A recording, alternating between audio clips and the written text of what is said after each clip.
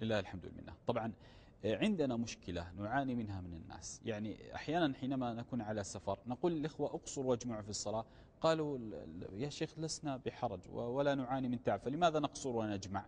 إنما كان النبي صلى الله عليه وسلم يقصر ويجمع مما يعانيه من التعب ومشقة وإبل وترحال، فكان يعاني عليه الصلاة والسلام والصحابة. لكن نحن من طائرة في ساعتين تصل إلى ما تشاء، أو في سيارة في نصف ساعة، فلماذا نقصر ونجمع؟ انظر، من روائع القرآن أنه صالح لكل زمان ومكان، هذا من روائع القرآن. تعال معي لآية القصر في الصلاة. قال تعالى: وإذا ضربتم في الأرض، أي سفر، فليس عليكم جناح أن تقصروا من الصلاة إن خفتم أن يفتنكم الذين كفروا. تعال معي لترتيب الآيات.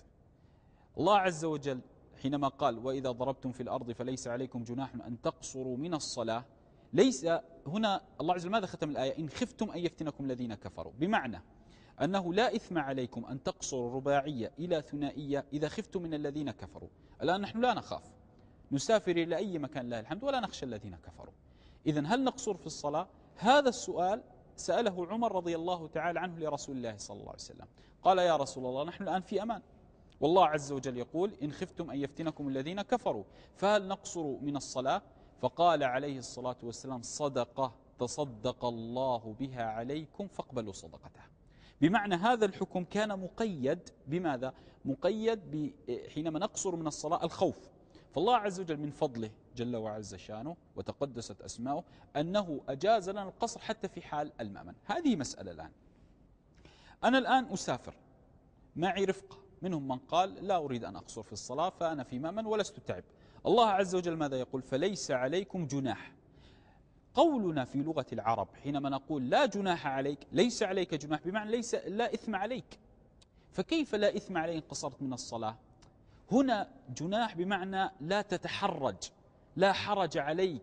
بمعنى أعطيك مثال، الله عز وجل يقول: إن الصفا والمروة من شعائر الله، فمن حج البيت أو اعتمر فلا جناح عليه أن يطوف بهما. فلا جناح عليه، كيف لا إثم عليه؟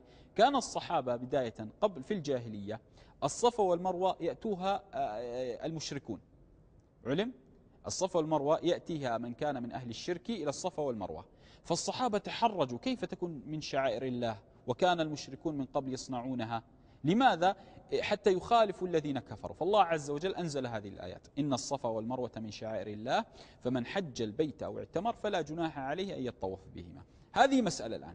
الآن وإذا ضربتم في الأرض فليس عليكم جناح، أي لا تتحرجوا، لأنها صدقة من الله، أن تقصروا من الصلاة إن خفتم أن يفتنكم الذين كفروا، بمعنى لا تتحرجوا من قصر الصلاة.